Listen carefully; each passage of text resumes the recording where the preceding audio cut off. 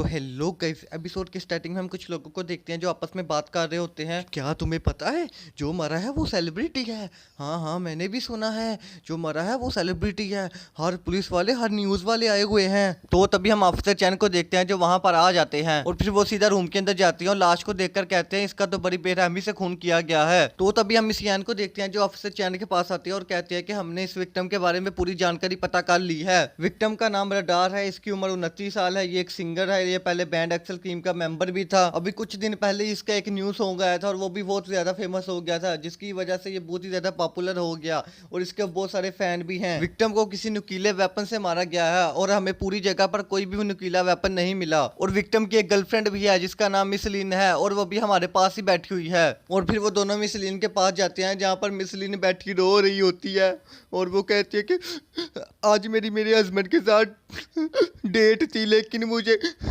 क्या पता था कि वो नहीं रहेंगे आज। तो फिर हम एक ऑफिसर को देखते हैं जो दरवाजे पर फिंगरप्रिंट मैच कर रहा होता है और तभी उसके सामने सैम आ जाता है। तो फिर वो जल्दी से जाकर ऑफिसर चैन को बताता है कि हमें दरवाजे पर फिंगरप्रिंट मिले थे, हमने उन्हें अपने डेटाबेस से मैच किया है और हमें एक बंदे का मैच मिल भी गया है। तो फिर ऑफिसर चैन कहता है कि हर जगह नाकाबंदी कर दो, वो खूनी बचकर भागना नहीं चाहिए और उसको जल्दी पकड़कर मेरे पास लाओ। और फिर हमें कुछ घंटे बाद का सीन दिखाया जाता है जब हम एक ऑफिसर को देखते हैं जो आता है और कहता है कि सर हम मुजरिम को पकड़ कर ले आए हैं, ये वही लड़का है जो पहले गरीबों वाली फिल्में बेचने के जुर्म में पकड़ा गया था और इसको 2-3 दिन जेल में रखा था हमने। तो फिर मिस यान कहती है कि तुम, तो सैम कहता है कि hello, nice to meet you miss Yan, कैसी हो आप? तो कूनी कहते हैं कि ये लुम्बड़ी यहाँ भी आ गई। तो मिस यान कहती है लगता है कि तुम सुधरोगे नहीं। और फिर मिस यान सैम का स्टेटमेंट लेने लग जाती है और कहती है कि आखिर तुम यहाँ पर क्या कर रहे थे? तो सैम कहता है कि मैंने कुछ भी नहीं किया, मैं तो बस यहाँ पर डिलीवरी देने के लिए आया था, लेकिन जब मैं आया तो यहाँ पर एक लाश पड़ी हुई थी जिसे देखकर मैं डर गया और यहाँ से भाग गया था। तो मिस यान कहती है इसका मतलब कि सबसे पहले लाश को तुमने देखा था, तो फिर तुमने पुलिस को फोन क्यों नहीं किया? तो सैम कहता है कि मैं दोबारा किसी मुसीबत में नहीं था फंसना चाहता, इसलिए मैं यहाँ से भाग गया था। तो कूनी कहती है भैया ये देखो, ये तो एक बहुत बड़ा सिंगर था और ये बैंड क्लब का मेंबर भी था। तो सैम कहता है कि पूरी बात कूनी ऐसे नहीं करते, किसी को पूछे बिना किसी की चीज को टच नहीं करते। भाई उसने टच किया ही कहाँ है? और फिर सैम कहता है कि मिस यान इससे मिलो, ये मेरी छोटी बहन है और ये डिलीवरी के टाइम मेरे साथ ही थी, अब मैं इसको खून वाली जगह पर कैसे लेके जा सकता था? तो फिर मिस यान कुछ सोचती है और वो सैम का कान पकड़ के कहती है कि अगर अगली दफा तुम मुझे किसी मर्डर वाली जगह पर मिले तो मैं तुम्हें छोड़ूंगी नहीं।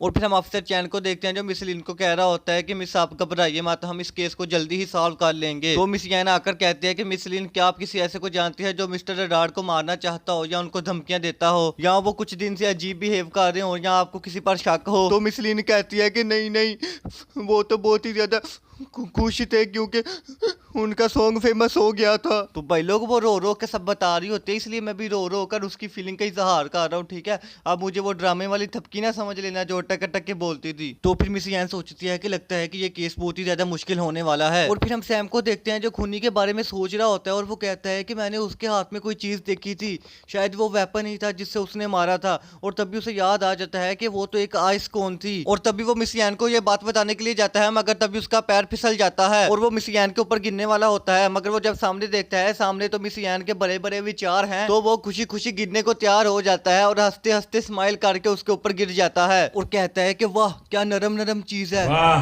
क्या सीन है, वाह क्या सीन है। हाय हाय काश इसकी जगह मैं होता। ओहो क्या बोल दिया?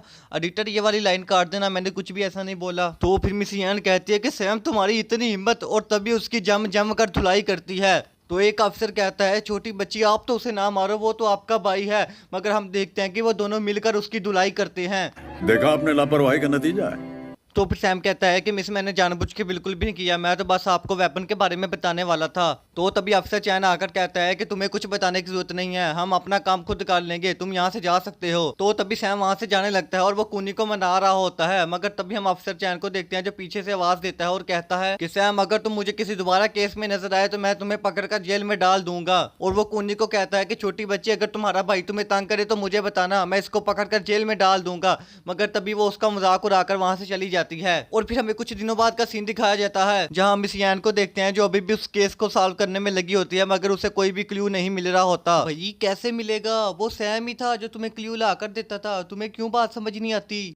और फिर हम ऑफिसर चैन को देखते हैं जो वहां पर आती हैं और कहती हैं कि क्या तुम्हें इस केस के बारे में कुछ पता चला। तो मिस चैन कहती है हमें ज्यादा कुछ तो नहीं पता चला, ना ही इनको चोरी की वजह से मारा गया क्योंकि सारा सामान वहीं पर ही पड़ा हुआ था। जरूर इनका ही कोई करीबी होगा जिसने इनको मारा है, लेकिन हमें वो समझ नहीं आ रही कि वो कौन है। तो ऑफिसर चैन कहता है कि इतने दिन हो गए तुम्हें, लेकिन तुम्हें इस केस का कोई सुराग तक नहीं मिला। तुम्हें पता है हमें मीडिया और ऊपर से कितना प्रेशर आ रहा है। अगर तुम और कुछ दिनों के अंदर इस केस को ज्यादा सॉल्व कर सकी तो तुम्हें हम वापस भेज देंगे। और फिर सीन शिफ्ट होता है, हम कुनी को देखते हैं जो अपने भाई को उठाने के लिए आती है और कहती है कि भैया उठ जाओ, आज हमें डिलीवरी पर भी जाना है। मगर सैम उठ नहीं रहा होता तो तभी वो उसके बेड पर चढ़कर उसको गुची मुची करने लग जाती है। यार भाई इतना भाई बहन का प्यार देखकर मेरी आंखों में आंसू आ गए। और वो कहते हैं कि अच्छा तुम ऐसे नहीं उठोगे, और तभी वो उसके बिस्तर को ही पकड़कर उल्टा कर देती है। मगर तभी हम देखते हैं कि वहां पर सैम नहीं बल्कि एक पेंगुइन होता है। तो कुनी कहती है कि सैमू के मुंह डाल के पहनू, मैं तुझे छोड़ूंगी नहीं। और फिर दूसरी तरफ हम मिस यान को देखते हैं जो एक रेस्टोरेंट में बैठकर किसी का इंतजार कर रही होती है। तो तभी हम रेस्टोरेंट के बाहर सैम को देखते हैं जो कहता है कि फाइनली वो मेरी फीलिंग समझ गई,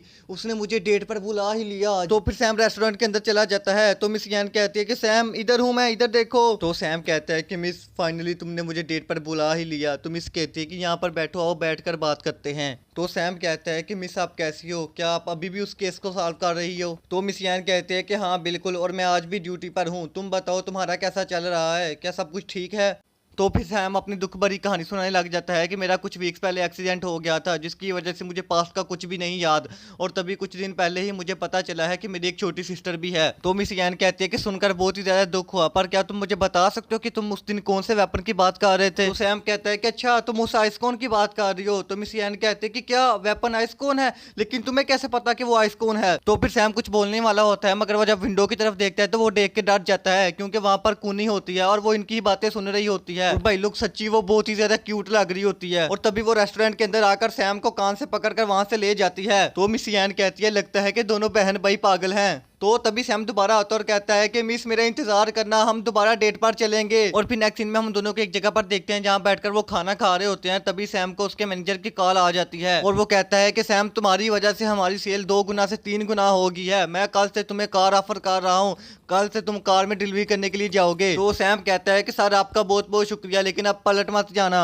और तभी सीन शिफ्ट हो जाता है और हम सैम को देखते हैं जो बहुत ही ज्यादा खुश होता है और वो कहीं पर डिलीवरी करने के लिए जा रहा होता है। तो कुनी कहती है कि भैया क्या हुआ, आज तुम कुछ ज्यादा ही खुश लग रहे हो। तो सैम कहता है कि छोटी कल से हम कार में डिलीवरी करने के लिए जाएंगे। और तभी वो डिलीवरी वाली जगह पर पहुंच जाते हैं। तो सैम कहता है कि छोटी तुम डिलीवरी देकर आओ, मैं यहाँ पर तुम्हारा इंतजार करता हूँ। तो फिर हम कुनी को देखते हैं जो एक रूम के पास जाती है और डोर को नॉक करती है और कहती है कि सर आपका ऑर्डर आ गया है। तो फिर हम उसी लड़के को देखते हैं जो रूम के अंदर होता है और वो कुन्नी को कुछ पैसे देता है और उससे डिलीवरी बॉक्स ले लेता है। तो कुन्नी कहते हैं कि sir thank you so much. और तभी वो दरवाजा बंद करने लगता है तो कुन्नी उसको पहचान जाती है और वो कहते हैं कि सर आप तो वही है ना जो बैंड क्लब के मेंबर थे। तो ये बात सुनकर उसको बहुत ही ज्यादा गुस्सा आ जाता है। बस इतना ही था, खत्म। अगर तुम लोग चाहते हो कि मैं इसका नेक्स्ट एपिसोड भी जल्दी जल्दी अपलोड कर दूं तो उसके लिए मुझे नहीं पता, तुम लोगों को मेरे टर्न के करवाने होंगे, मुझे नहीं पता। टर्न के करवाओ तो भाई अपने टर्न के सब जल्दी करवा दो। अब मैं चलता हूँ, बाय बाय, टाटा टुरुरु। Desvíes la mirada, quédate cerca de mí.